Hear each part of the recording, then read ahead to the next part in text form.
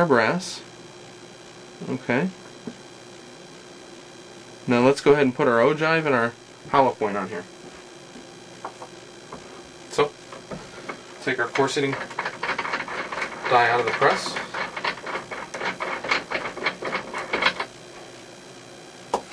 Core seating punch out.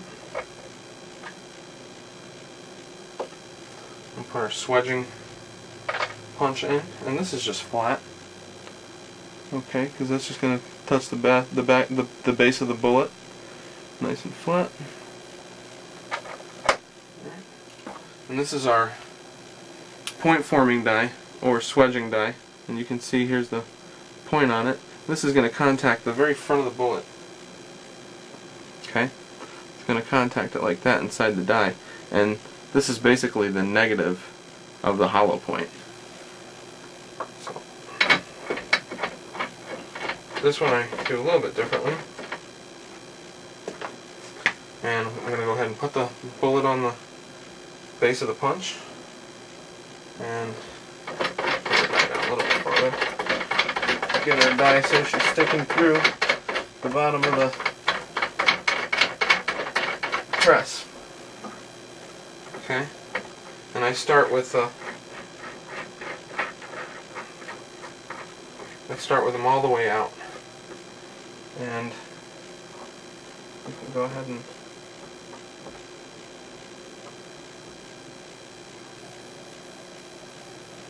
alright, now I'm just now making contact with the front of the bullet, and this part of the die is what's going to give us our ogive, or that rounded portion, okay? On the bullet, this rounded, this radius, that's what this part of the die is forming, okay? This part of the die is actually forming our hollow point. So I'm at the point now where I'm not quite camming over, but I'm close. So that tells me that I'm starting to put that ogive on the bullet. So let's cam over and see what we get. And we definitely contacted the lead there. As you can see, it stayed in the die. So go ahead. Bang her out. Okay. And you can see we're getting a shiny, you can see that ogive starting to take shape there. Okay. Now I'm going to put a little bit more of an ogive on there. So I'm going to run the die down a little bit more. Okay. And we can start point forming a little bit too. We can start putting our point forming aspect of our die down a little bit too. I'm going to go ahead and put a little bit more lube on here.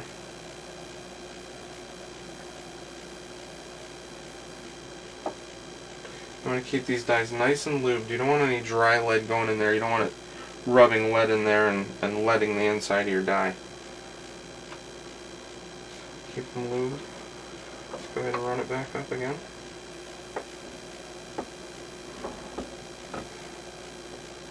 Lots of resistance. Okay, we cam over.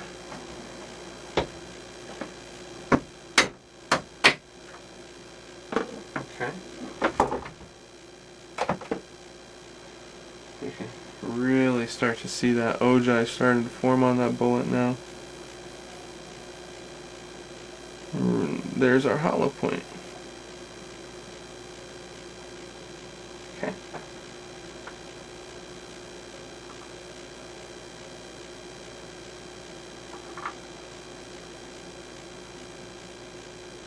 I'd like to get this hollow point a little bit deeper.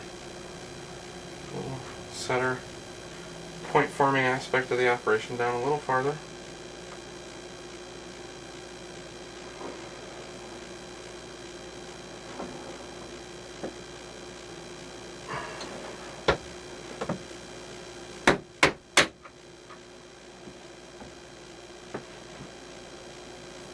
Nice. Alright. Very happy with that. There we go, guys. Finished product.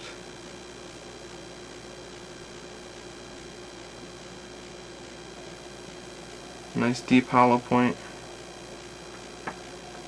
bearing surface of the bullet is completely covered with brass. And that'll be a nice bullet to shoot.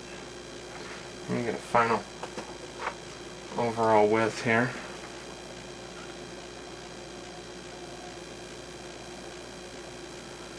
And she's going to go .451. 0.4505 to 0.4501. So just to recap, started with this, cut it down to this, annealed it with a torch, took our AK bullet and swedged it in there, and finally came up with a beautiful 45 ACP hollow point. Let's get a weight.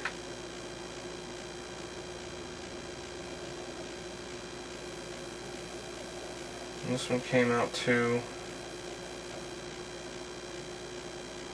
225 grains.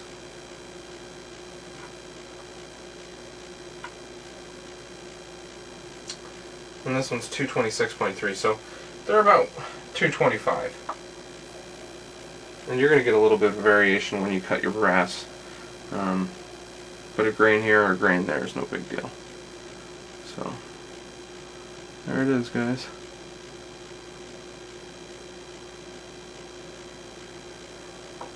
Alright. Well, hope you liked my video. And again, I'm going to be doing some more videos with casting and reloading, and if anybody out there wants to see something specific or has some questions for me,